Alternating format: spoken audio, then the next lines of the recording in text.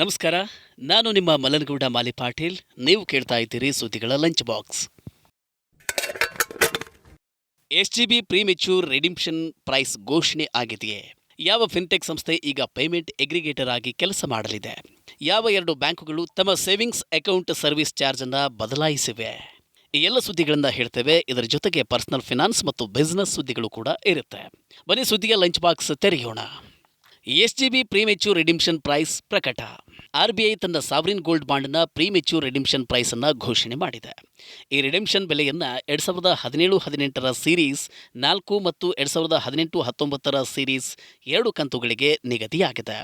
ಭಾರತ ಸರ್ಕಾರ 2017 ಅಕ್ಟೋಬರ್ 6 ಮತ್ತು 2018 ಅಕ್ಟೋಬರ್ 8 ಅಧಿಸೂಚನೆಯ ಪ್ರಕಾರ ಬಾಂಡ್ ಇಶ್ಯೂ ಮಾಡಿದ ದಿನಾಂಕದಿಂದ 5ನೇ ವರ್ಷದ ನಂತರ ಎಸ್ಜಿಬಿಗಳ ಪ್ರೀಮೆಚ್ಯೂರ್ ರಿಡಿಂಪ್ಷನ್ಗೆ ಅವಕಾಶ ನೀಡುತ್ತೆ. ಎಸ್ಜಿಬಿ ರಿಡಿಂಪ್ಷನ್ ಪ್ರೈಸ್ ಕಳೆದ 3 ದಿನಗಳ 999 ಪ್ಯೂರಿಟಿ ಚಿನ್ನದ ಬೆಲೆಯ ಸರಾಸರಿಯಾಗಿರುತ್ತೆ. ಏಪ್ರಿಲ್ 18, 19 ಮತ್ತು 22ರಂದು ಮಾರ್ಕೆಟ್ ಕ್ಲೋಸಿಂಗ್ ಬೆಲೆಯ ಸರಾಸರಿ 7,325 ರೂಪಾಯಿ ಆಗಿದೆ. ಅಂದರೆ ಹೂಡಿಕೆದಾರರು ಪ್ರತಿ ಯೂನಿಟ್ಗೆ 7,325 ರೂಪಾಯಿ ಪಡಿತಾರೆ. ಪೇ ಯು ಈಗ ಪೇಮೆಂಟ್ ಎಗ್ರಿಗೇಟರ್.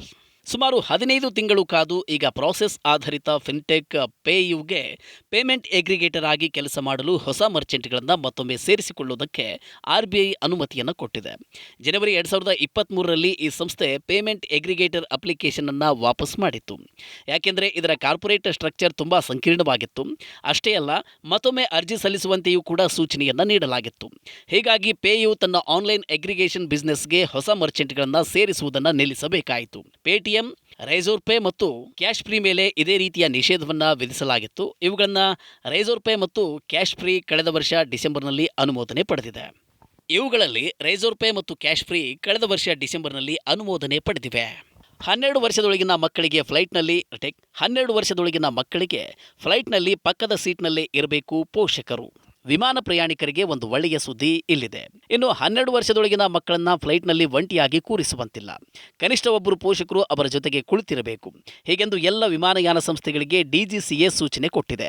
ಈ ಹಿಂದೆ 12 ವರ್ಷಕ್ಕಿಂತ ಕಡಿಮೆ ವಯಸ್ಸಿನ ಮಕ್ಕಳಿಗೆ ಅವರ ಪೋಷಕರಿಂದ ದೂರದಲ್ಲಿ ಸೀಟ್ಗಳನ್ನು ನೀಡಿದ ಹಲವು ಪ್ರಕರಣ ವರದಿಯಾಗಿತ್ತು. ಒಂದೇ ಪಿಎನ್ಆರ್ನಲ್ಲಿ ಪ್ರಯಾಣಿಸುವ 12 ವರ್ಷ ವಯಸ್ಸಿನ ಮಕ್ಕಳಿಗೆ ಅವರ ಒಬ್ಬ ಪೋಷಕರ ಜೊತೆಗೆ ಸೀಟ್ಗಳನ್ನು ನಿಯೋಜಿಸಬೇಕು ಮತ್ತು ಅದಕ್ಕೆ ಸಂಬಂಧಿಸಿದ ದಾಖಲೆಗಳನ್ನು ಇಟ್ಕೊಳ್ಬೇಕು ಎಂದು ಸೂಚನೆ ನೀಡಲಾಗಿದೆ. ಅಲ್ಲದೆ ವಿಮಾನಯಾನ ಕಂಪನಿಗಳಿಗೆ ಕೆಲವು ಹೆಚ್ಚುವರಿ ಸೇವೆಗಳಿಗೆ ಶುಲ್ಕ ವಿಧಿಸಲು ಸಹ ಡಿಜಿಸಿಎ ಅನುಮೋದನೆ ನೀಡಿದೆ. ಇದು zero baggage, preferential seating, meals, drinks, musical instruments ತೆಗೆದುಕೊಂಡು ಹೋಗುವುದು ಇತ್ಯಾದಿಗಳನ್ನು ಕೂಡ ಒಳಗೊಂಡಿರುತ್ತದೆ. 2 ಬ್ಯಾಂಕುಗಳ ಸೇವಿಂಗ್ಸ್ ಅಕೌಂಟ್ ಸರ್ವಿಸ್ ಚಾರ್ಜ್ ಬದಲಾವಣೆ. ಆಕ್ಸಿಸ್ ಬ್ಯಾಂಕ್ ಮತ್ತು ಯೆಸ್ ಬ್ಯಾಂಕ್ ತಮ್ಮ ಸೇವಿಂಗ್ಸ್ ಅಕೌಂಟ್ಗಳ ಸರ್ವಿಸ್ ಚಾರ್ಜನ್ನು ಬದಲಾಯಿಸುವುದಕ್ಕೆ ನಿರ್ಧರಿಸಿವೆ. ಆಕ್ಸಿಸ್ ಬ್ಯಾಂಕ್ ತನ್ನ ಉಳಿತಾಯ ಖಾತೆ ಮತ್ತು ಸ್ಯಾಲರಿ ಅಕೌಂಟ್ನ ಮಿನಿಮಮ್ ಆವರೇಜ್ ಬ್ಯಾಲೆನ್ಸ್ ನಿಯಮಗಳನ್ನು ಬದಲಾಯಿಸಿದೆ. ಈ ನಿಯಮಗಳು 1 ಏಪ್ರಿಲ್ 2024ರಿಂದ ಜಾರಿಗೆ ಬಂದಿವೆ. ಈಗ ಗ್ರಾಹಕರು ತ್ರೈಮಾಸಿಕ ಆಧಾರದ ಮೇಲೆ ಪ್ರಿಯಾರಿಟಿ ಸೇವಿಂಗ್ಸ್ ಅಕೌಂಟ್ನಲ್ಲಿ ಸರಾಸರಿ 2 ಲಕ್ಷ ರೂಪಾಯಿ ಬ್ಯಾಲೆನ್ಸ್ ಇಟ್ಟುಕೊಳ್ಳಬೇಕು.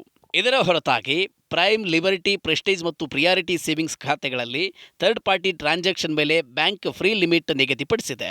1 ತಿಂಗಳಲ್ಲಿ ನೀವು 25,000 ರೂಪಾಯಿವರೆಗಿನ ಥರ್ಡ್ ಪಾರ್ಟಿ ಟ್ರಾನ್ಸಾಕ್ಷನ್ ಅನ್ನು ಉಚಿತವಾಗಿ ಮಾಡಬಹುದು. ಇದಾದ ನಂತರ ನೀವು ಪ್ರತಿ ಟ್ರಾನ್ಸಾಕ್ಷನ್ಗೆ 10 ರೂಪಾಯಿ ತರಬೇಕಾಗುತ್ತೆ. 2 ತಿಂಗಳ ಕಾಲ ನಿರಂತರವಾಗಿ ಸ್ಯಾಲರಿ ಖಾತೆಗೆ ಸ್ಯಾಲರಿ ಬರೆದಿದ್ದರೆ ಪ್ರತಿ ತಿಂಗಳು 100 ರೂಪಾಯಿ ದಂಡ ಕಟ್ಟಬೇಕು.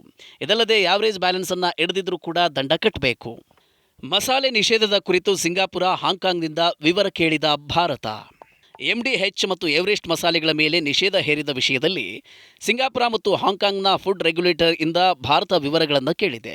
ಈ ವಿಷಯದ ಬಗ್ಗೆ ವಿವರವಾದ ವರದಿಯನ್ನು ಕಳುಹಿಸುವಂತೆ ವಾಣಿಜ್ಯ ಸಚಿವಾಲಯವು ಸಿಂಗಾಪುರ ಮತ್ತು ಹಾಂಗ್ಕಾಂಗ್ ಭಾರತೀಯ ರಾಯಭಾರ ಕಚೇರಿಗಳಿಗೆ ಸೂಚಿಸಿದೆ. ಇದರ ಜೊತೆಗೆ MDH ಮತ್ತು ಎವರೆಸ್ಟ್ನಿಂದಲೂ ವಿವರಗಳನ್ನು ಕೇಳಲಾಗಿದೆ. ವಾಣಿಜ್ಯ ಸಚಿವಾಲಯದ ಅಧಿಕಾರಿಯೊಬ್ಬರು 2 ಕಂಪನಿಗಳ ಉತ್ಪನ್ನಗಳನ್ನು ತಿರಸ್ಕರಿಸಲು ಕಾರಣಗಳನ್ನು ಕಂಡುಹಿಡಿಯಲಾಗುವುದು ಮತ್ತು ಅವುಗಳನ್ನು ಸರಿಪಡಿಸಲು ಏನು ಮಾಡಬೇಕು ಎಂಬುದರ ಜೊತೆಗೆ ಸಂಬಂಧಿಸಿದ ರಫ್ತುದಾರರ ಕಳವಳವನ್ನು ಗಮನಿಸಲಾಗುವುದು ಎಂದು ಹೇಳಿದ್ದಾರೆ. ಮುಂಬೈ, ದೆಹಲಿ ಆಪಲ್ ಸ್ಟೋರ್ಗಳು ವರ್ಲ್ಡ್ ವೈಡ್ ಟಾಪ್ ಪರ್ಫಾರ್ಮಿಂಗ್ ಔಟ್ಲೆಟ್ಗಳು. ಭಾರತದಲ್ಲಿ ಆಪಲ್ನ 2 ಅಧಿಕೃತ ಸ್ಟೋರ್ಗಳು ಮುಂಬೈ ಮತ್ತು ದೆಹಲಿಯಲ್ಲಿವೆ. ಕಂಪನಿ ವಿಶ್ವದಲ್ಲಿ ಹೊಂದಿರುವ ಎಲ್ಲ ಸ್ಟೋರ್ಗಳ ಪೈಕಿ ಈ ಸ್ಟೋರ್ಗಳು ಅತ್ಯುತ್ತಮ ಪರ್ಫಾರ್ಮೆನ್ಸ್ ನೀಡಿವೆ. ವರದಿಗಳ ಪ್ರಕಾರ ಕಳೆದ ಹಣಕಾಸು ವರ್ಷದಲ್ಲಿ ಆಪಲ್ನ ಮುಂಬೈ ಮತ್ತು ದೆಹಲಿ ಸ್ಟೋರ್ಗಳು 190ರಿಂದ 210 ಕೋಟಿ ರೂಪಾಯಿ ಆದಾಯವನ್ನು ದಾಖಲಿಸಿವೆ.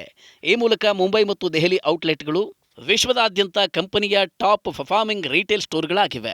ಮುಂಬೈ ದೆಹಲಿ ಸ್ಟೋರ್ ಸ್ಥಿರವಾಗಿ 16ರಿಂದ 17 ಕೋಟಿ ರೂಪಾಯಿ ಮಾಸಿಕ ಸರಾಸರಿ ಮಾರಾಟವನ್ನು ದಾಖಲಿಸಿದೆ. ಆದರೆ ಮುಂಬೈ ಸ್ಟೋರ್ ದೊಡ್ಡದಾಗಿದೆ, ಹೀಗಾಗಿ ಲಾಭದ ವಿಷಯದಲ್ಲಿ ದೆಹಲಿ ಸ್ಟೋರ್ಗಿಂತ ಸ್ವಲ್ಪ ಹೆಚ್ಚಾಗಿದೆ. ಈಗ ಕಂಪನಿ ಭಾರತದಲ್ಲಿ ಇನ್ನೂ 3 ಹೊಸ ಅಫಿಷಿಯಲ್ ಸ್ಟೋರ್ ತೆರೆಯುವುದಕ್ಕೆ ಸ್ಥಳ ಹುಡುಕುತ್ತಿದೆ. ಪುಣೆ, ಬೆಂಗಳೂರು ಮತ್ತು ನೋಯ್ಡಾ, NCRನಲ್ಲಿ ಸ್ಟೋರ್ ತೆರೆಯಲಾಗುತ್ತಿದೆ. ಈ 3 ಮಳಿಗೆಗಳನ್ನು ದೊಡ್ಡ ಮಾಲ್ಗಳಲ್ಲಿ ತೆರೆಯಲಾಗುತ್ತೆ. ಓಕೆ, ಇದಿಷ್ಟು ಇಂದಿನ ಸುದ್ದಿಗಳ ಲಂಚ್ ಬಾಕ್ಸ್. ಷೇರು ಮಾರುಕಟ್ಟೆ, ಮ್ಯೂಚುವಲ್ ಫಂಡ್, ಇನ್ಶೂರೆನ್ಸ್ ಹಾಗೂ ಪರ್ಸನಲ್ ಫೈನಾನ್ಸ್ಗೆ ಸಂಬಂಧಿಸಿದ ನಿಮ್ಮ ಎಲ್ಲ ಪ್ರಶ್ನೆಗಳಿಗೆ ತಜ್ಞರಿಂದ ಉತ್ತರ ಹಾಗೂ ಸಲಹೆ ಪಡೆದುಕೊಳ್ಳುವುದಕ್ಕೆ ಈಗಲೇ ಡೌನ್ಲೋಡ್ ಮಾಡಿ ಮನಿ9 ಆ್ಯಪ್. ಮತ್ತಷ್ಟು ಅಪ್ಡೇಟ್ಗಳೊಂದಿಗೆ ಮತ್ತೆ ಭೇಟಿಯಾಗೋಣ. ನಮಸ್ಕಾರ.